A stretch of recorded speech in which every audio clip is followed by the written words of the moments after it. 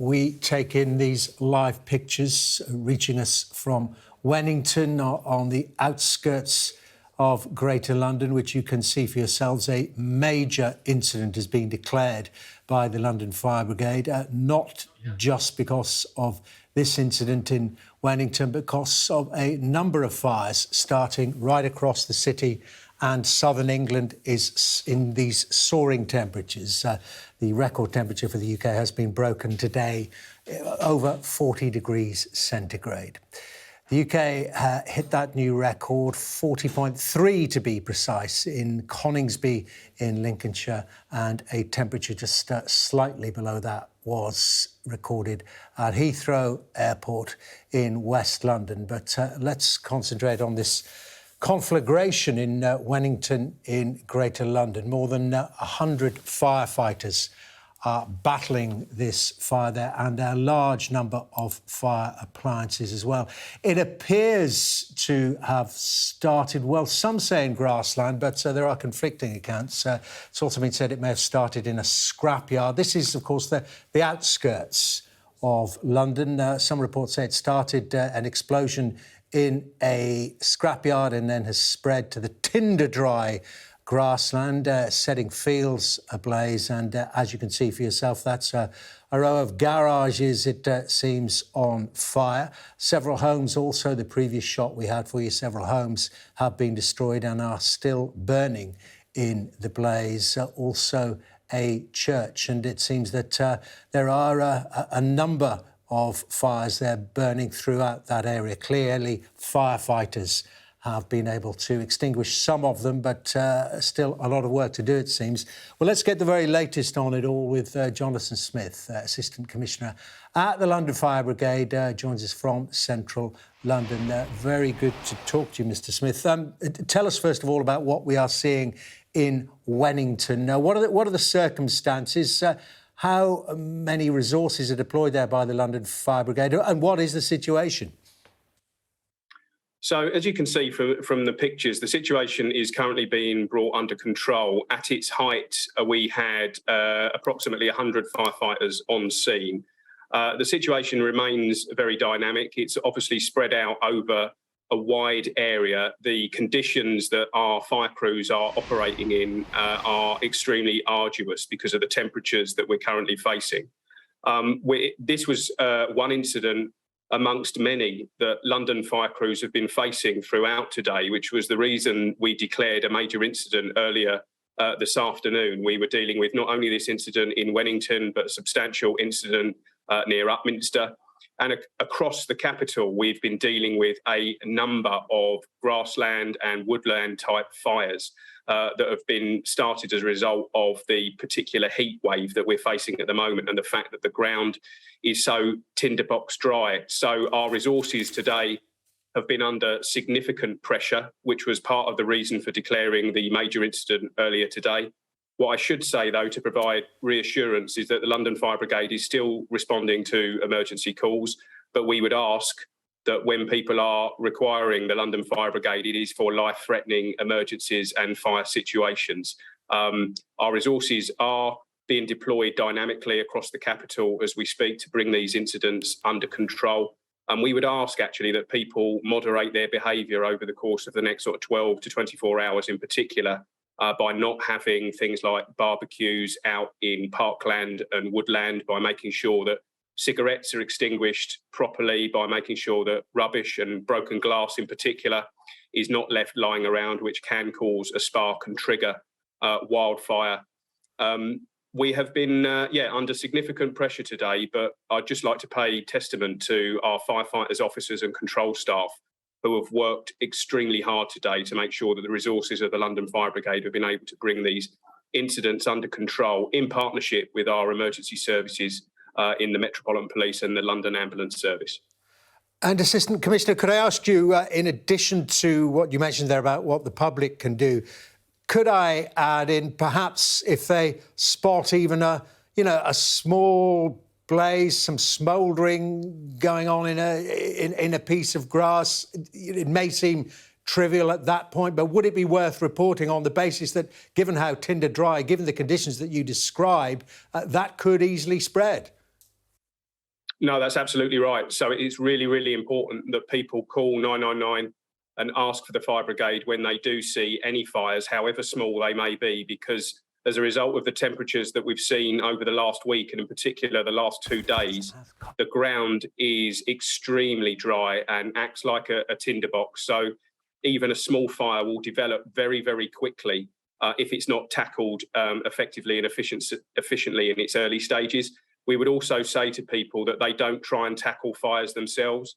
The situation that you can see is extremely dynamic, and these fires can develop very, very quickly. And we would not want to see members of the public exposing themselves to unnecessary risk.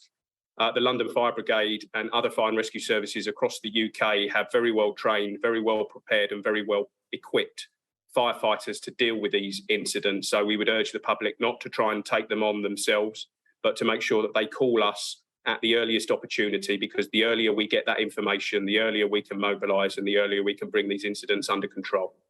And is it areas, talking about Greater London, of course it goes for all our major conurbations, is it areas like this on the outskirts of the major cities where there's a mix? We all know the terrain. There's a mix of grassland, woodland, maybe some scrubland as well. Therefore, it's not just all buildings and tarmac, which I imagine is harder to set on fire. You're in danger of getting these situations developing where something can develop in the woodland or in the grass and then spread to buildings from there. Well, interestingly, London's actually one of the sort of greenest cities in Europe in terms of the amount of green space that there is, even in central London. So you're right to point to the fact that the suburbs tend to have more grassland, more fields, more woodland. But actually, we do see significant areas of green spaces in central London as well. So at first, it may appear that wildfire and grassland fires in particular are not always a major issue for urban brigades like London Fire Brigade. Actually, that's not the case. We do have significant areas of green areas in central London and on the outskirts. So it's very much a clear and present threat for us to make sure that we're prepared and ready to respond to these incidents as and when they occur. And just to be very clear for us, I just want to revisit the declaration of a major incident, Assistant Commissioner. What does that mean in practice? What are the ramifications of it? Of course, it tells the public how serious the situation is. You've already said that there is no then knock-on danger to the existing cover and safety that the fire service provide for us. But what does it mean in terms of resources for you? Do you bring people back from a day's leave? Do you have access to other forces, other parts of the emergency services to help out? Well, what it really does is it triggers a lot of our multi-agency arrangements that we've got in place for London. So when any one agency or more than one agency declares a major incident, what it does is it triggers well-rehearsed and well-practiced planning arrangements across not only the emergency services, but local government and the Mayor's office, as well as partner agencies, to make sure that actually what we've got is the full force of London's services and partner agencies working together in a collaborative way to bring this incident under control. Because although what you're seeing primarily at the moment are fire-related issues, they, of course, have a knock-on impact on people's housing, on people's welfare, on people's health and safety. And so what we need to do is make sure that we've got that coordinated pan-London approach, bringing together all of the key agencies, working to a cohesive strategy to work to bring not only the fires and the other emergencies under control, but to get London back to normal as soon as possible. So by declaring a major incident, what that does is it triggers a lot of that key partnership working, which then enables us to get back to a sense of normality as soon as possible. And operationally, specifically looking at Wennington, what is the information, the latest you have on how much under control that is now by the fire service? So the situation is being brought under control. It still remains very, very dynamic because, as you can see in your pictures, where you've got areas that appear to be out, they can reignite very, very quickly, particularly given the very, very dry nature of the land that it's currently on. So we are going to have our resources there for a significant period of time, making sure that we're turning over and damping down to prevent any further escalation of the incident and stopping any chance of a reignition. which is something that is real prevalence when you're dealing with these types of incidents because of the nature of the ground and its dried condition at the moment. Any small spark or any area that we do not put out properly could run the risk of reignition. So we will have resources there throughout the night, making sure that we're bringing this incident under control.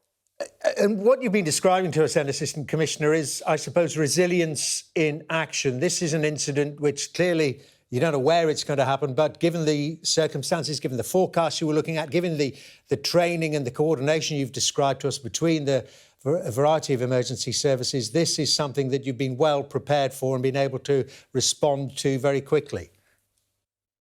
That's right. So we've got well-rehearsed multi-agency training in place to make sure that we're able to respond to these types of incidents as and when they occur. We've obviously had experience recently, as last year, around wide area flooding, for example, which had a similar pan-London impact and required the full resource of the London Fire Brigade to be able to bring those incidents under control.